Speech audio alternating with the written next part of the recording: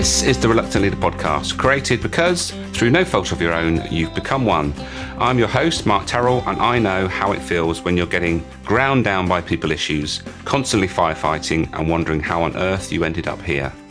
In each episode, I invite a guest to discuss a topic and give you 3, sometimes more, top tips that will help you in your leadership role. They are experts in the field, and you'll find out why they do what they do and what took them down that path. For more resources to help you on your leadership journey, check out thereluctantleader.academy, where you'll find details of how to join the Reluctant Leader Success Path. So let's see who's in the hot seat this week. Today I'm talking to Sharon Gaskin. Sharon is the founder of the Trainers Training Company, established in 2009 to help freelance trainers start up, grow and develop successful and profitable training businesses. Since then, she's worked with hundreds of freelance trainers to help them get started or to make their existing businesses much more profitable. Services include one-to-one mentoring, online training programs, and a done-for-you lead service to help you get associate work. She's also the proud creator and leader of Trainer Talk, a thriving business community for freelance trainers. I hope you enjoy this chat we had about memberships, and I'll catch you all on the other side.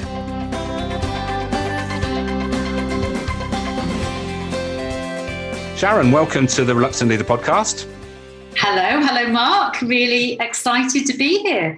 I'm excited that you're here. We've had this in the diary for some time, so can't wait to get stuck into the topic. But before we get stuck into that, I always ask all my guests, why do you do what you do? And what was that pivotal moment that took you down that path? Ooh, why do I do what I do? Well, firstly, because I love it. I suppose everybody does come on and say that. But my pivotal moment was to do with my little boy then. He was 9 at the time and he's now 20.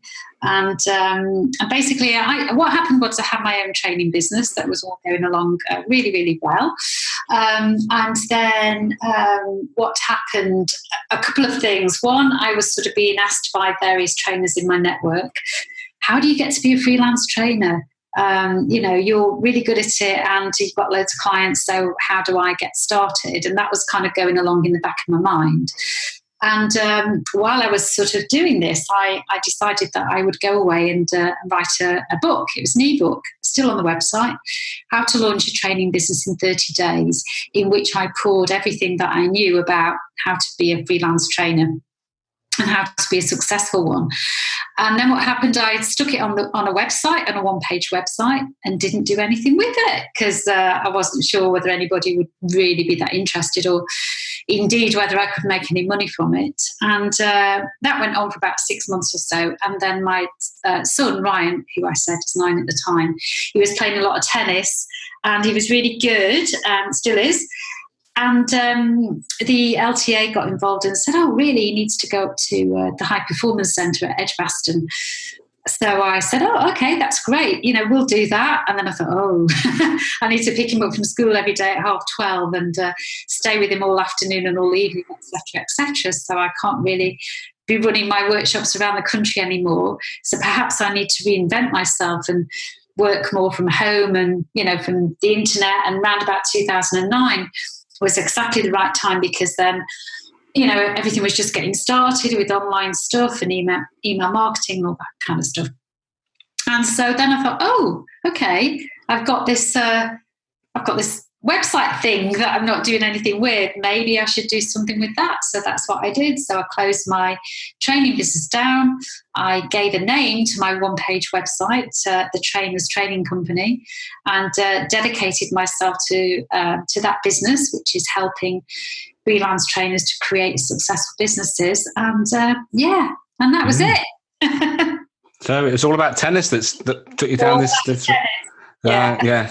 I don't know whether I shared this with you, but actually I play a bit of tennis. I think you know that.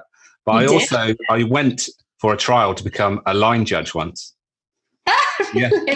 And the reason being that I took quite fancied being to Wimbledon to do the line and thought that'd be quite an easy thing to do. It turns out it's not that easy because I failed. And I didn't get taken on to do the training. Anyway, that's just reminded me of that, which has got no relevance to what we're talking about today, but I thought I'd just share that with you. Right. So we are talking about today memberships, and you've talked a little bit already about your business and why you set it up. So we are going to be talking about a model which we call memberships. So do you want to just talk about what a membership site is roughly, and then we can expand on it from there? Yeah, well, a membership, you say membership site, but my particular membership is more than a membership site. It's a membership community, and really what it is, it's a business model whereby people, your members, pay you a recurring fee every month or every year, and we love it, don't we, Mark? We certainly do. Yes. because of that, because it's one, because of the recurring income model, because as anybody knows, if you're constantly just sort of selling time for money, and also you never know where you're going to be from one month to the next, depending on the clients that you have. So a recurring income model gives you that degree of stability, so that you know that you've got a certain income depending on the number of members that you've got coming in every month. So that's great. And it's also a really good way of providing a lot of value for people, for large numbers of people, at a fairly low cost, compared to some of the other services, that you could provide, like mentoring or coaching or whatever, or a training program that people couldn't necessarily afford or want to invest in. So it's great for that. And the good thing, and really one of the main benefits for me as a business owner, I don't know about you, and one of the things I love about my membership, why it gives me so much joy, is the relationships that you get to build up with your members, which is fantastic. And you'll remember yourself of my Trainer Talk community, so you know what great people we have in there. Yeah. But also I love the relationships that my members build up with each other. It's fantastic, great to see that happen. Yeah. And I think it's worth just dwelling a little bit on the challenges of being a trainer, a freelance trainer. And you sort of touched on them already, that, about the money thing, that you are, it's this roller coaster of money coming in. 1 minute you've got lots of money coming in, then you deliver, and then it's not coming in because you've been working, you haven't been marketing. So that's one of the biggest challenges in that market, I know. And what other challenges are quite common do you come across?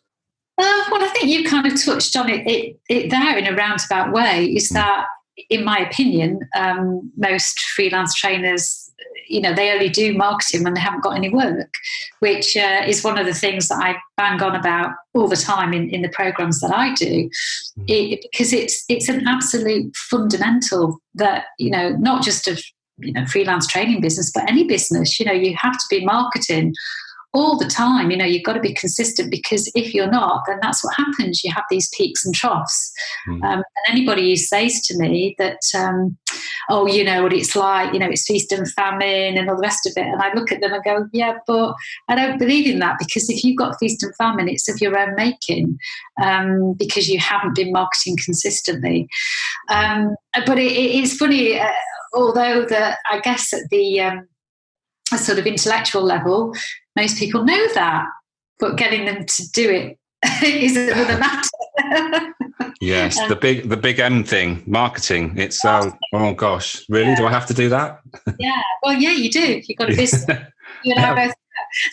Absolutely, but I'm guessing also that people do suffer when they go freelance, in that they feel a bit isolated and a bit like they're on their own. Whereas obviously that's one of the things that you offer, is that you bring people together, like-minded people that can actually help and support and even work together, I guess, at some point as well. Yeah, I mean, it really is. I would say, they are probably the two biggest challenges. One is the marketing, because most people don't know how to do marketing, or indeed want to do it. And why should they? Most people have come out from the corporate world and gone straight into, running this training business, why should they be expected to know about marketing? Because when they were in their jobs, they had other people to do it for them. Marketing departments, sales departments. You were just the training department. So why should you know how to do it? Yeah. So that's the biggest challenge. One of the biggest challenges, and the second one is as you said there, Mark, is the loneliness and isolation that you feel. And I think most trainers and coaches are pretty sort of gregarious people and like to be surrounded by people, and they miss that when they suddenly go off on their own, and it's not the same talking to friends and your family, because sometimes they don't understand. So that was one of my key drivers behind creating Trainer Talk. I wanted to create this network or community of like-minded people where people absolutely got it, and they understood, and they shared each other's issues, and they talked each other's language, and that's what I did. Yeah. And I can definitely say that when you are in a room full of trainers, there is definitely a lot of energy, a very a sense of positivity. You can't help it, because everybody's there for one, because they want to help and they want to train and help and improve people. So there is that vibe in the room which just emanates around, doesn't it? I mean, it's almost addictive, and that's obviously what I get from Trainer Talk Live, is that it's that environment where people are coming together to share all sorts of things, but ultimately they have got the same sort of vision and mentality. Yeah, absolutely. And they're very noisy, aren't they? That's why I have to tell Mark. Yes. I nearly forgot it on Friday, didn't I? You did. You always left it there. Well, heaven forbid. But yes, you have to keep order, because there's generally people are making most of the event, isn't it? And so that's one part of the membership, which touched on that. So you have some live events. How often do you have these live events? So the Trainer Talk Live events are every quarter, as you know. So we run them 40 times a year. They are in March, May or June, September and December. And then we just recently started Trainer Talk Locals, which, as the name suggests, are in people's local areas. By the way, Trainer Talk Live is in Kenilworth in the Midlands. We have it in the centre of the country, obviously, to enable everybody from around the UK to get to it. But the locals are very much in your local area. They're shorter events. They're 2 hours, so they're just a couple of hours in the morning. So they're kind of mini versions of Trainer Talk Live, and just to enable people to just come together, have a cup of coffee, have a chat about the issues they're all fairly common amongst the freelance trainer community. Yeah, and I guess if you've got people that are local to you, having those connections and having people local, it's obviously you can maybe meet up more often than people maybe that have come from all over the country, which is an extra benefit. Yeah. So that's the live event. So what about other things that the membership offers? How much? What does that entail? Yeah, so we have those live events, the Trainer Talk Live, the Trainer Talk Locals. And then I also run a couple of online events every month. So we get together on Zoom. The first one we have is what we call the Business Development Clinic. And this is really for people to bring their specific business challenges to the group, just like they do in the afternoon at Trainer Talk Live. So, we've all got challenges in our business, and it's just really nice, instead of sitting there at home on your own trying to work it out, being able to just hop onto a Zoom call and just, share it with people who understand and get ideas. So that's the first one. And the second one is the Spotlight session. Again, it's an online session we run on Zoom. And as the name suggests, we focus on a particular topic each month. So some of the ones we've done over the past year, that we've done things like email marketing. What else have we done? Profiling tools, which I know you were a great contributor to. We've talked about getting appointments by phone. We've looked at networking. We've looked at all sorts of things that are basically typical topics that are going to help anybody running their own training business. Yeah, so you're helping with the challenges for trainers. So let's flip it a little bit to your challenges. So you're leading this membership model. So we've explained what that is. Hopefully people are listening to this understand what we're talking about here, a monthly subscription for a service. So what sort of challenges do you have of leading that sort of organisation, that sort of model? Well, I'll tell you a little story first, if that's helpful, about why I started the membership in the first place, because it wasn't a membership to begin with. Trainer Talk was just a one-day event. It was Trainer Talk Live, as we still have. But I just used to run these events ad hoc. And then as they got more and more popular, I decided to run them every quarter. But at that stage, people were still, just coming ad hoc. And what would happen, Mark? People would come along to the event and really enjoy it and have a great day, but not come back. And that wasn't because they didn't enjoy the day. They clearly did. But it was because, they were very commitment phobic. They didn't want to, maybe sort of come back or book to come back because they had work on that particular day. And this was really, creating a massive challenge for me because one, financially, because at that stage it was very much cheaper than it is now. And I actually did a review at the end of, I think it was 2014, when I actually sat down at the end of the year and thought, God, I wonder how much money I'm making out of these events. Because what was happening, the usual thing as trainers, we love it, don't we, when we have a day where, it's all, we get that real buzz and that real nice, warm, fuzzy feeling at the end of the day. Oh, it's great. Everybody's had a great time. And we tend to forget sometimes about the business side of it.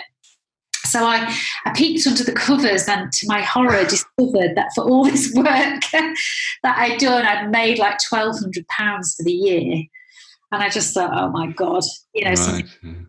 So that was, financially, that was one side of it. But the other side of it was the fact that a community wasn't really being created, because as well as I do that you cannot create a community without commitment from people. And at that stage, I wasn't getting the commitment because people were just not coming back.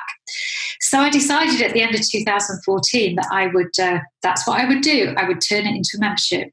And I was also quite prepared for, if I didn't get any members, I was going to say, okay, that's fine. There's going to be no more Trainer Talk, because I thought I can't keep doing this and not earning any money from it, much as I love it. So at the end of 2014, Trainer Talk Live in December, so the last day, one of the year, I stood up and I made a presentation. This is pre your days, Mark. And I'm a newbie. Yeah. And I said, okay, remember, we started Trainer Talk in 2010, and this is what we've done, and these are all the things that have been created, blah de blah de blah. But as from next year, things are going to change, and it's going to be a membership, and it's going to be this much, and you're going to have to join, and you don't have to join, but all this kind of stuff. And it was one of the hardest things that I've ever had to do in my business, and you could hear. I mean, it went down like a lead balloon, basically. And you could basically see everybody's faces going, oh, I'm not coming if I have to join as a member. And I was kind of like, oh, the price is going to go up. And I was standing there just wishing that this big hole would open up and swallow me. And then there was two little voices from the back of the room. And two people stood up. And those two people were Paul Harris and Kate Young, who obviously, you know and love. And they both stood up and they went, I'll join. And I was like, I love you. Thank you for saving me. And they were my first two members, and still are, obviously, and are now two of my ambassadors. And so it really, that was probably, your original question was about the biggest challenge. And that was probably my biggest challenge, was deciding to turn it into membership in the first place, because, I just felt so strongly that I wanted to create this community, and I had this vision of how it could be, and it just wasn't working. And that was the pivotal point, because ever since then, it's just got better and better and better, because it's that when people join a membership and when they turn up and they're committed to it, that's when the relationships are created. that's when the community is really created, and it just works, from there on. So you've got to have commitment. So that's a brilliant story, because if in leadership terms, that's what it's about, isn't it? It's about actually doing something that is right, which feels a bit scary, but ultimately, this is what has to happen, even though, not maybe your perception is that most people in that room weren't going to be actually too enamored with this decision. But actually, what you need is just some people to say, actually, that's a good idea, and I think we should do it. It reminds me, there's a video I've seen that pops up now and again on Facebook and all other sort of stuff, where there's this people, I think it's like one of these sort of hippie events, where there's a band playing and there's people just sat there watching, and then all of a sudden there's one guy starts getting up and dancing, and he's just doing his thing, really wacky sort of dancing. Yeah. And then after a little while, somebody else then joins him. And then what happens then is somebody else joins, and then there's some more join. And before you know it, that one person is now joined with like 20, 30 people around them. Yeah. So it just shows that if you want to create something, someone's got to put a mark in the sand and say, right, this is what we're doing. Come and join me if you want to. But if you don't, it's fine. But, this is where we're going. And so, I feel how you must have felt that day. I can only imagine. But obviously, you look back fondly, because obviously, it was definitely the right decision, I guess. Yeah, I mean, it was. But as I say, I really didn't know. And I really, honestly and truly, I had decided. I thought, it's either this is the way it's going to go, or it's not, because I just can't, carry on like this. But fortunately it was. And since then it has been the continual, the people that come back again and again, they've just created relationships, they've created friendships, it's been brilliant. But having said that, we're still talking about challenges. It is, running a membership, growing a membership is fraught with challenges. And, I get a little bit upset sometimes when some of the things I see on the internet, or, that there are certain people about that just sort of create this myth that running a membership is easy. And it's great because just sit back and you'll have all this recurring income coming in, and it's the way to go, and all the rest of it. And it's just not true. You know that as well, don't you? So it's like, there are a number of inherent challenges. Now, I think the biggest challenge that I have in my particular market is commitment phobia, because I think there's something about the freelance trainer market. It's really hard to get people. One, it's hard to get people to come to events. Two, it's then even harder to get them to commit to anything beyond that one day, because they are so worried half the time of work coming in, and they never know when work is going to come in.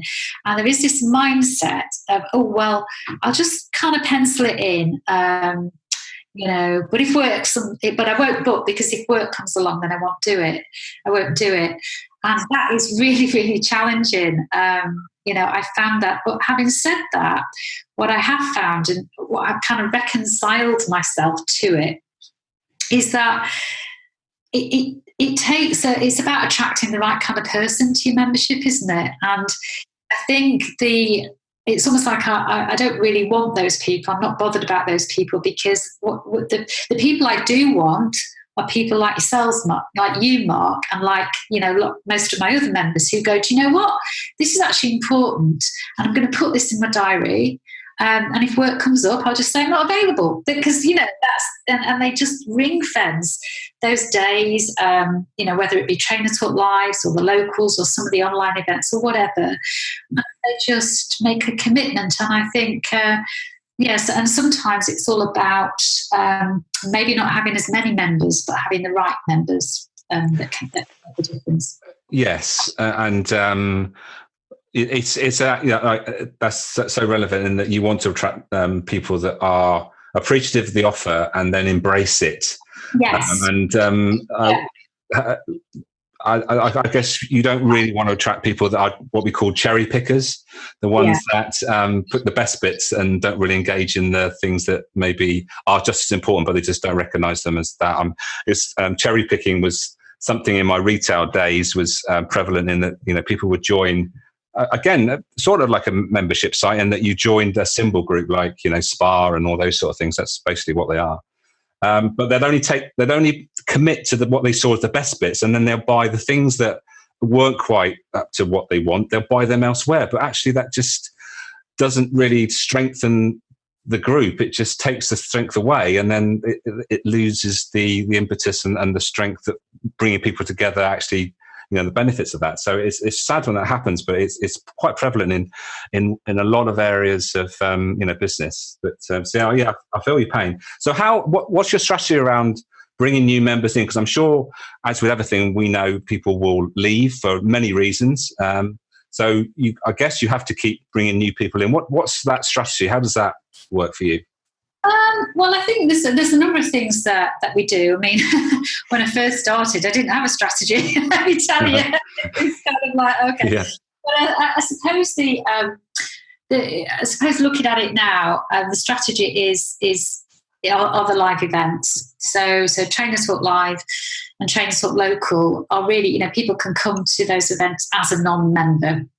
Now, they can still come back, certainly for the Trainer Talk Lives, they can come back, but you'll pay more money on your second visit. So that often brings in new members. And with the Trainer Talk Local, I've made it so that people, and they are low cost, so they're only sort of £20 to attend, but they're only a couple of hours anyway. Tons of value. But if they want to come back again, they have to be a member. And that's actually been quite successful, really. And but I made the biggest mistake of, you know, obviously you and I have are we allowed to mention Tribe, that we both done the course? Yeah, absolutely, yeah. So you and I have both been doing that course in the summer, and I did that course. Obviously, I've already got a membership, but I thought, you know, it doesn't mean I know everything, far from it. So I wanted to sort of see what other things I could be doing.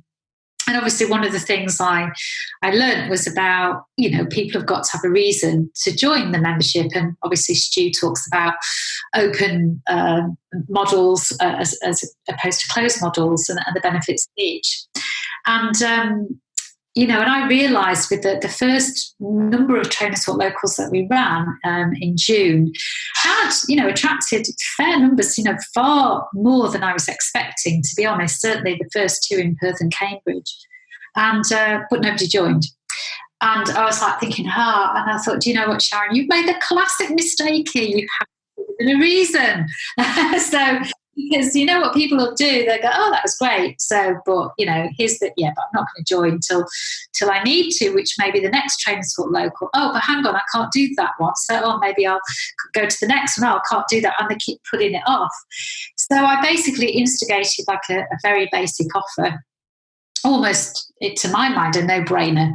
Okay, Trainer Talk Online membership, £3, £10 a month, you know, join by Monday type of thing. And that did make the difference. Still not huge amounts, but certainly, you know, getting, you know, decent conversion rates. And the challenge obviously is going to be to keep them beyond the 3 months. Yes.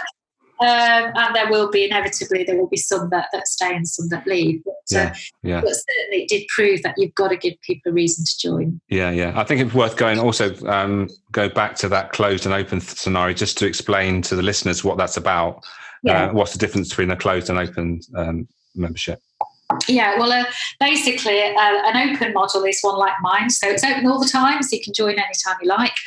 And your closed model is basically where the membership is closed, and then you open it at certain points throughout the year, and then you give people, you know, a number of days where they can join, like 4 days or something like that, and it closes again, and then it opens again. So obviously that the sort of scarcity model behind that.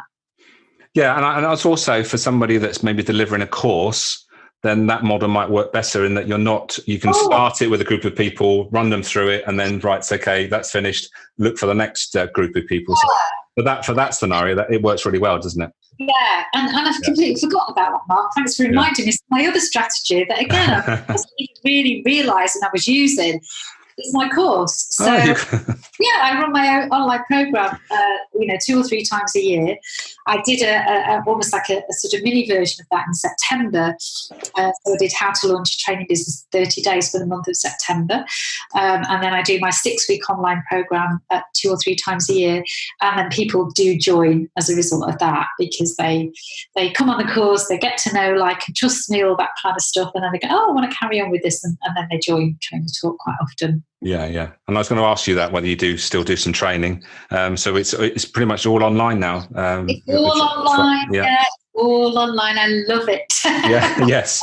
And so the obvious question there is technology. And I guess that's quite a vital part of what you do now in various aspects. Yeah. I mean, it makes it so easy, doesn't it, Mark? It just so easy. I mean, to do all my, courses are all done, via Zoom and, in Facebook groups and all that kind of thing. My Trainer Talk community is run, within a Facebook group, although we did experiment with another platform and then came back. And it's just the technology these days to keep us all connected is just fabulous, isn't it, for anybody running a membership? Yeah, technology is great, isn't it? When you understand how it works and how you can use it. I was talking yesterday to a group of 16, 18-year-olds, and last week I was told apparently that the next big thing, social media-wise, is something called TikTok. So I thought I'd just test the water and see. So I said, well, apparently Instagram and all that stuff is for oldies like me, but apparently your age group is all going to be on TikTok. And there was like uproar, like, oh, never, that's not going to happen. I was thinking, that's interesting. I was told that was the next big thing. So actually in that room,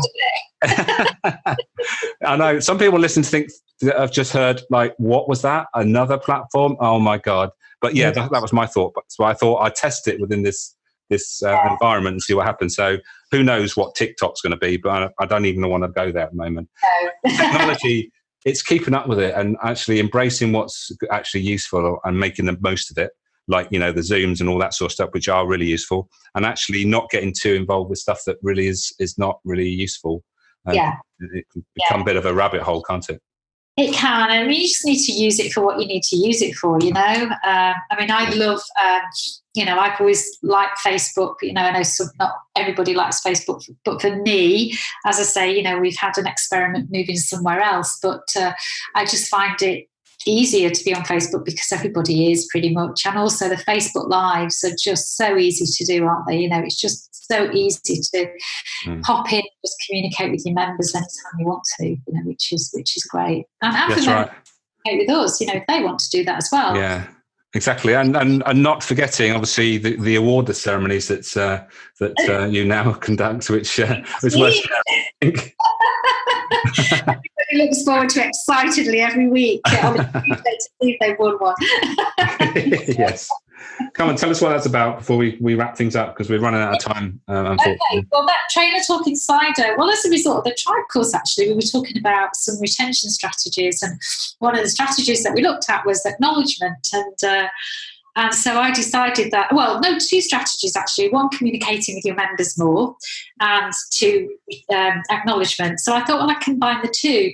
So I do a weekly roundup every week, Tuesday at 5:00. It's called Trainer Talk Insider, and it's run within our own Facebook group. And I basically pitch up and tell everybody what's been happening during the week, what's coming up, and then hand out some awards. Yeah. And as obviously listeners have obviously found out, I'm part of your Trainer Talk network, and I know what everyone's thinking. I wonder if Mark's actually won any of awards yet.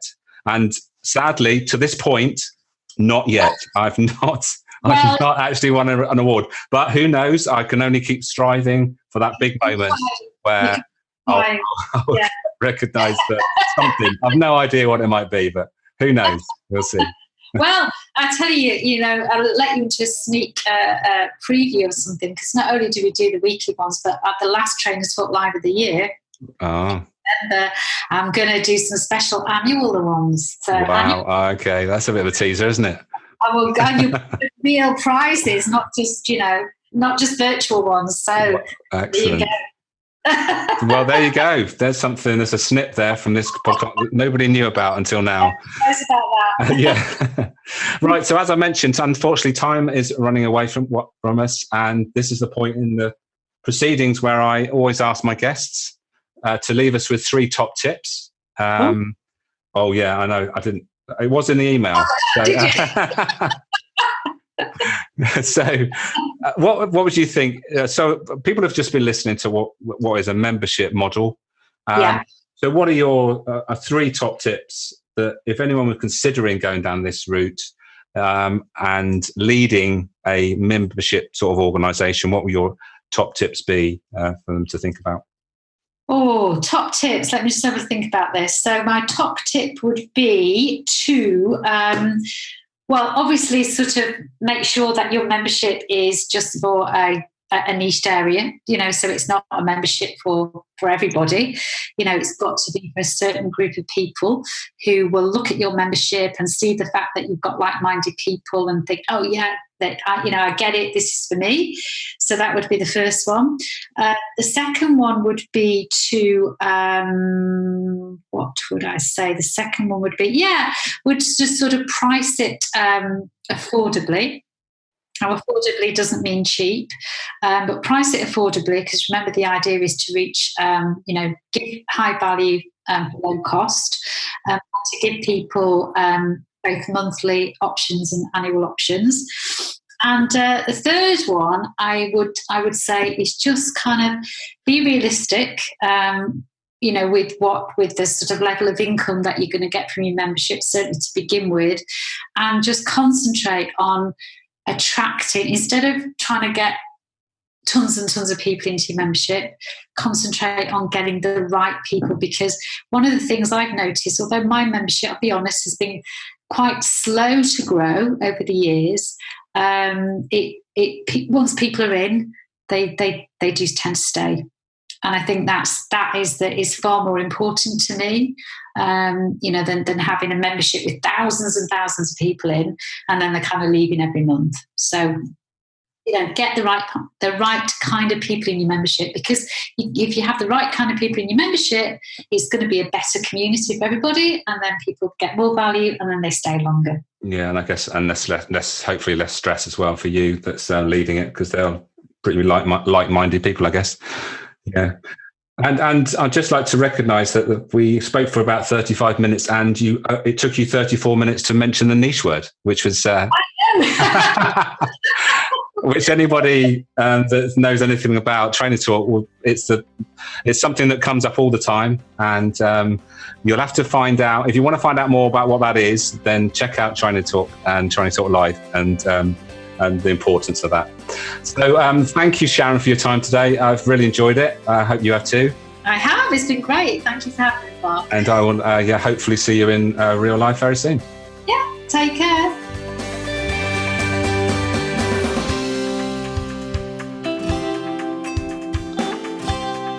Thank you for listening. Don't forget to check out thereluctantleader.academy. And if you get a chance, please leave a review on whichever platform you have been listening. And also share the love by sharing the episode with someone who would benefit. Leadership is a choice. If you have the right mindset, know the process to follow, and the key skills to use at each point in the process, you have everything you need to leave a lasting legacy. Don't forget to put into action anything that has struck a chord in this episode. And until next time, be the best you can be.